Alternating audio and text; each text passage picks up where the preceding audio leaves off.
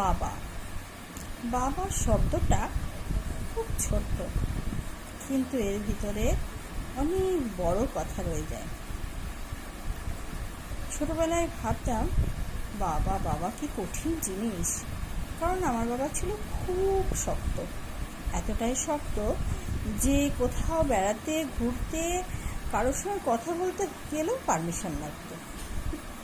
তখন ভাবতাম কি করে দিনগুলো কাটবে আমার, স্কুল কলেজ শৈশবের প্রত্যেকটা দিন প্রত্যেকটা মুহূর্ত ভয় কাটত। কখনো বাবাকে বন্ধু হিসাবে দেখিনি, সব সময় দেখতাম রাগী, সব সময় শাসন। আদর ভালোবাসা কোথায় যে মিলিয়ে যেত খুঁজে আমি পাইনি। তখন মনে মনে প্রচণ্ড রাগ হতো, মাঝে মধ্যে মনে হতো বাবাটা চলে গেলেই বরঞ্চ ভালো হয়। তখন বুঝিনি যে বাবা না থাকলে একটা মেয়ের কত কষ্ট হতে পারে। বাবা মানে আমার কাছে ছিল একটা আবদারের জায়গা, বাবা মানে ছিল একটা হাসি, বাবা মানে ছিল একটা আনন্দ, কত কিছু না পাওয়ার মাঝেও কত কিছু পাওয়ার খুশি। তখন ভাবতাম হয়তো বিয়ে হয়ে গেলেই ভালো থাকবো, ভাবতাম যে কোনো কাজ করলেই ভালো থাকবো, ভাবতাম যে এই বাড়ি থেকে দূরে চলে গেলে বরঞ্চ ভালো থাকবো। তখন বুঝিনি যে এই বাবা শব্দটা এতটা গুরুত্বপূর্ণ। আজ নয় প্রায় 9 বছর হতে চলল বাবা আমাদের মধ্যে নেই। বিশেষ করে এই পুজোর সময় আসলে বড্ড মনটা খারাপ হয়ে যায়। আমার পুজোর বাজার বা পুজোর জামাকাপড় বলতে ছোটবেলায় দেখতাম ঠিক ষষ্ঠী আর সপ্তমীর দিন আমার বাবা আমার জন্য জামা কিনে আনতো বা পছন্দ করিয়ে জামা নিয়ে আসতো। বিয়ের পর ঠিক সপ্তমী কি ষষ্ঠীর দিনও বাবা আবার আমার শ্বশুরবাড়িতে সে যেমন দামেরই হোক না কেন একটা শাড়ি এবং তার জামাইয়ের জন্য জামা কাপড় নিয়ে আসতো।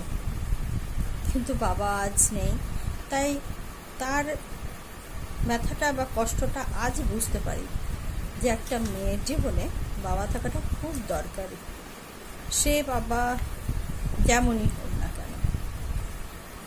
তখন ভাবতাম বাবা যদি না থাকে তাহলে আমার মা খুব ভালো থাকবে, বাবা যদি না থাকে তাহলে আমার মা একটু স্বস্তির নিঃশ্বাস ফেলবে। কিন্তু না, পুরোটাই উল্টো।